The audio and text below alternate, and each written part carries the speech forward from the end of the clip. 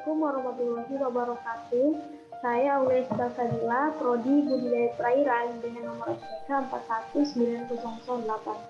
Dan di sini saya mendapat tugas final, yaitu mempresentasikan teknik dari budidaya ikan menkes. Jadi yang pertama, alur produksi dari teknik budidaya ikan menkes, yaitu pertama adalah persiapan wadah. Nah, beberapa tempat budidaya yang dapat kita pilih dalam beternak ikan menkes yaitu seperti akuarium hingga kolam. Nah, yang pertama adalah kolam bak semen. Sebelum digunakan sebagai wadah pemeliharaan, bak semen itu harus dicuci terlebih dahulu. Selanjutnya, kolam direndam dengan air yang sudah diberi batang pisang atau kalium permanganat atau PK. Nah, dalam perendaman dilakukan selama 3-5 hari. Perlakuan perendaman tidak hanya berlaku pada kolam baru saja, tapi juga untuk kolam bekas pemeliharaan ikan sakit. Selanjutnya wadah yang digunakan itu adalah akuarium. Seperti halnya kolam, kebersihan akuarium juga harus selalu diperhatikan. Membersihkan akuarium cukup dengan menyedot atau menyimpan air dalam akuarium hingga habis. Selanjutnya, dinding-dinding dasar dilap dengan spons hingga bersih.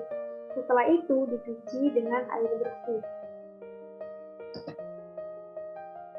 Selanjutnya, alur reproduksi dari teknik budidaya ikan menkes yaitu pemilihan induk. Nah, jadi induk yang baik dipijahkan adalah yang telah berumur lebih dari 6 bulan. Nah, dengan panjang induk jantan kurang lebih 7,5 cm dan induk betina kurang lebih 5 cm. Selanjutnya itu penentuan pasangan secara cermat, yaitu dengan cara menyiapkan induk-induk yang telah matang telur dalam bak 2 kali 2 meter persegi dengan ketinggian air kurang lebih 30 cm. Nah, umumnya ikan menkes akan memilih pasangannya masing-masing.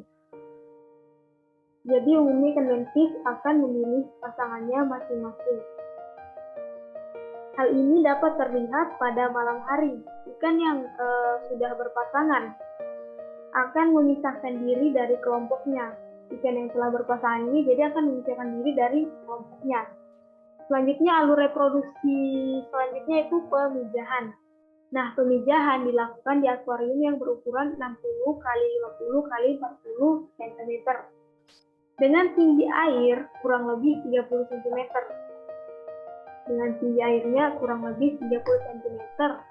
Nah, ke dalam akuarium tersebut diberikan aerasi yang menyuplai oksigen.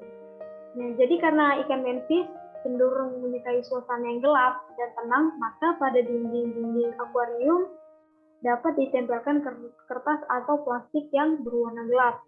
Nah, jadi induk betina menempelkan telurnya pada substrat dan diikuti ikan jantan yang menyemprotkan spermanya pada semua telur sehingga telur-telur tersebut terbuahi. Jadi karena induk menkes ini cenderung menyukai tempat yang gelap, jadi induk menkes akan memijah pada malam hari. Jumlah telur yang dihasilkan setiap induk berkisar antara 500 hingga 1000 butir. Selama masa pemijahan tersebut, induk tetap diberi pakan berupa cacing tubersis, Crinomus atau Daphnia. Jadi selanjutnya yaitu tahap pendederan, pembesaran, dan panen. Setelah berumur kurang lebih 2 minggu, benih tersebut dapat dilakukan penjarangan untuk kemudian dilakukan pendederan. Sampai ikan berumur 1 bulan. Nah, langkah berikutnya adalah memanen benih tersebut untuk dipindahkan ke dalam bak atau wadah pembesaran. Nah, dalam hal ini dapat digunakan bak fiber atau bak semen, tergantung wadah yang tersedia.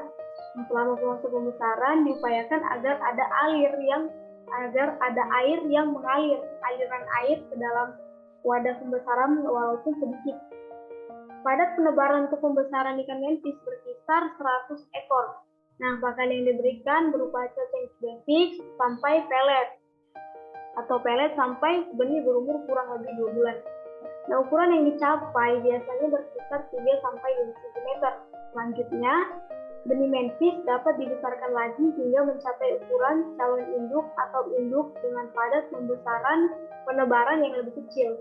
Setelah sukses melakukan cara budidaya ikan mentis di atas, maka Anda bisa melakukan pemanenan ikan pada usia 3,5 bulan.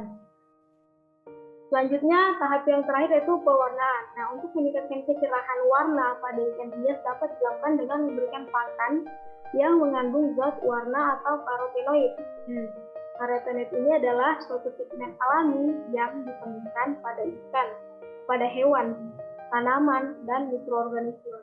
Nah, karotenoid tidak dapat disintesis sebagai sebagian besar hewan, termasuk ikan, sehingga harus ditambahkan pada pakan. Jadi kesimpulan dari teknik budidaya ikan mentis ini yaitu telur yang dihasilkan ikan mentis tergantung pada usia ikan tersebut. Jadi semakin besar usia ikan tersebut, maka telur yang dihasilkan akan semakin banyak. Nah, pada musim panas, telur ikan mentis baru menetas setelah 2 hari. Sedangkan pada musim dingin, telur ikan mentis baru menetas setelah 4 hari. Sekian pemaparan dari saya, kurang lebihnya saya minta maaf ya. Assalamualaikum.